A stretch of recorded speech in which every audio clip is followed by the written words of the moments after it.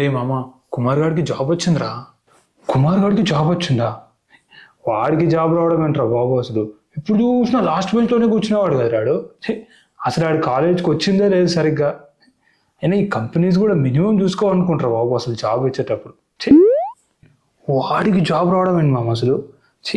కష్టపడి చదివే మనకేమో దిక్కు లేదు, కానీ ఇలాంటి వాళ్ళకి మాత్రం జాబులు వస్తాయి. అయినా కష్టపడే వాళ్ళకి వాల్యూ లేదు మామ. ఇప్పుడు అంతా గప్పాలు కొట్టే వాళ్ళదే రాజ్యం. నేనింత నాదింత అని చెప్పుకునే వాళ్ళకి జాబ్ అయినా వాల్యూ అయినా. సమాజం మారిపోయింది మామ. రే మామ, మన సాయిగడ్ పెళ్ళయిందిరా. అమ్మాయి చూడ్డానికి హీరోయిన్ లాగా ఉంది తెలుసా, ఇదిగో చూడు.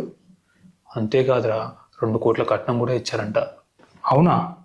ఏంట్రా అమ్మాయి ఇంత అందంగా ఉంది. చీకేసిన అట్టి పనిలా ఉంటాడు ఈ ముదిరిపోయిన బెండకాయ గాడికి ఇంత అందమే అమ్మ అవసరమారా? ఏం జరుగుతుందో మన సమాజంలో. అసలు ఈడికొకట్రా పిల్లనిచ్చింది. ఏం చెప్తున్నాను, ఖచ్చితంగా ఈ అమ్మాయి ఎవరితోనో లేచిపోయి ఉంటుందిరా. తీసుకొచ్చి వీడికి అంటగట్టారు, నో డౌట్. అరే, వాడికి అంత అందమైన అమ్మాయి అంటారు అసలు. పైగా దానికి తోడు 2 కోట్ల కట్నం కూడా అంట. మనం ఇన్ని గుడ్ హ్యాబిట్స్ పెట్టుకొని సమాజంలో ఇంత మంచి పేరు తెచ్చుకున్నాం, మనల్ని దివికేవాడా లేటరా అసలు. అది పొట్ట చూసావు ఎలా ఉంటుందో. అది పొట్టనో లేకపోతే యాది గుట్టనో అర్థం కాదురా బాబు. ఈ రోజు నైట్ ఫుల్ ఎంజాయ్ అనుకుంటా కొడుకు. అయినా ఆ పొట్టతో వాడు ఏం చేశాడని చేసుకుందిరా బాబు అమ్మాయి అసలు. రేమమ్మ, మొన్న మన స్కూల్ గెట్ టుగెదర్ అయింది కదా. దాని తర్వాత మన తెలుగు సార్ వాట్సాప్ గ్రూప్లో షేక్ గారు చాలా మంచోడు, మన బ్యాచ్లో వాడే నా ఫేవరెట్ స్టూడెంట్ అని వాట్సాప్ వీడియో రిలీజ్ చేశాడు రా. దానికి అందరూ అవును సార్ మీరు చెప్పింది కరెక్ట్ అని రిప్లైస్ కూడా ఇస్తున్నారు రా. ఇదిగో చూడు. షేక్ గడా అంత మంచోడా వాడు? ఎప్పుడైందో ఎట్లయింట్రా వాడు అంత మంచోడు అసలు. చిన్నప్పుడు ఆడు అసలు మన క్లాస్లో ఎవరితోడన్నా గొడవ పెట్టుకోకుండా ఉన్నాడా అసలు. నిజంగా ఈ టీచర్లకు కూడా కొంచెం కూడా విశ్వాసం ఉండారా బాబు అసలు. ఏంద్రా అసలు తెలుగు సార్ మాట్లాడేది మతుండే మాట్లాడుతున్నాడు ఆయన అసలు. చిన్నప్పుడు రా మా హోటల్ నుంచి రోజు టిఫిన్ తీసుకెళ్ళి ఇచ్చేవాడ్రా. పంది లెక్క తినేవాడు మంచిగా. ఇప్పుడు పంది లెక్క తిని ఇప్పుడేమో వాడు షేక్ గాడు మంచోడు అని చెప్తున్నాడు. అయినా మన క్లాసుల్లో కూడా కొంచెం కూడా సెన్స్ లేదురా అసలు. నేను చేసినంత హెల్ప్ ఎవరికైనా చేశారా అసలు. మొన్ననే వినయ్ గారికి 10K కావాలంటే ఇచ్చాను రా.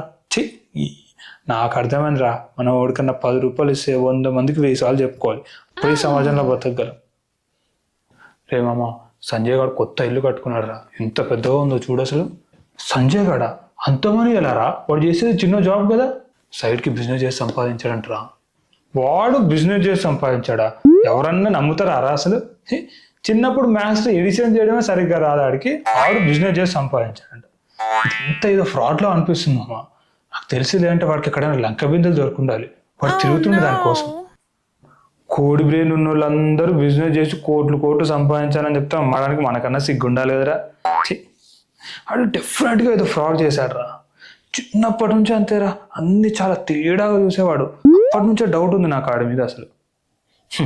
అయినా మనం పొద్దంతా కష్టం చేయాలరా, అయినా మనకు ఒక్క రూపాయి కూడా మిగలదు. కానీ ఇలాంటి వాళ్ళు మాత్రం ఫ్రాడ్ చేసి బిల్డింగ్లు కడతారు. ఫ్రాడ్ చేసే వాళ్ళదే రా రాజ్యం అంతా ఈరోజు.